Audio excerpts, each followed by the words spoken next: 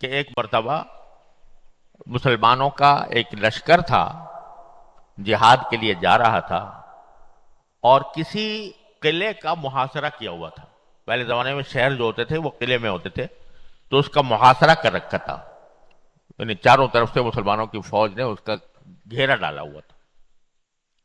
یہی طریقہ ہوتا ہے، پہلے زمانے میں بھی یہ ہوتا تھا، اب بھی محاصرے کیے جاتے ہیں۔ اب وہ جو قلعہ بند لوگ تھے، جو قلعے کے اندر بند تھے اور قلعے کا دروازہ نہیں کھول رہے تھے، تو ان کو خوراک وغیرہ کا معاملہ کم پڑ گیا اور قلعہ بند ہونا مشکل پڑ گیا۔ تو آخر میں انہوں نے سوچا کہ چلو اب اور تو کوئی راستہ رہا نہیں، لیکن ہم ان مسلمانوں سے کہتے ہیں کہ ہم تمہارے لیے قلعے کا دروازہ کھول دیتے ہیں اور تم داخل ہو جاؤ قلعے کے اندر، یعنی گویا قلعہ تمہارے حوالے کرتے ہیں۔ لیکن ساتھ ہی یہ تدبیر کی کہ جس راستے سے صحابہ کرام کا لشکر گزرنا تھا اس کے دونوں طرف دکانیں تھیں، تو دکانوں کے اندر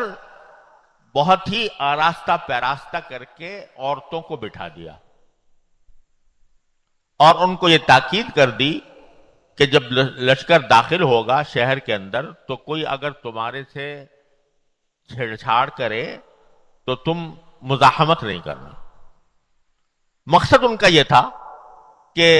جب فاتح قوم داخل ہوتی ہے کسی شہر کے اندر تو وہ بالکل خوشی کے شادیانے بجاتے ہوئے داخل ہوتی ہے، اپنی فتح کے اوپر مغرور ہوتے ہوئے داخل ہوتی ہے۔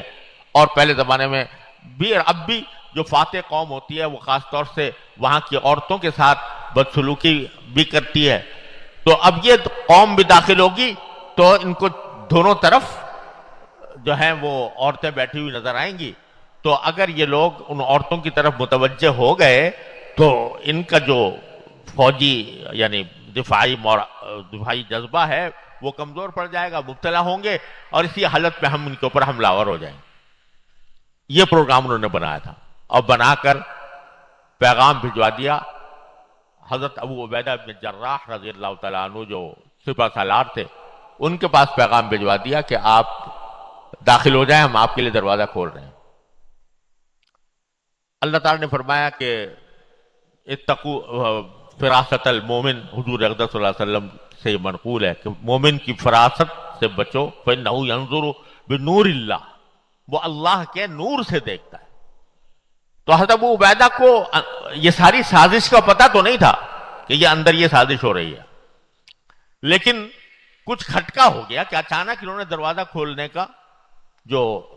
ارادہ ظاہر کیا ہے، تو کوئی بات ایسی ضرور ہے جس کی وجہ سے یہ ہمیں فتنے میں ڈالنا چاہتے ہیں۔ تو بس چلتے ہوئے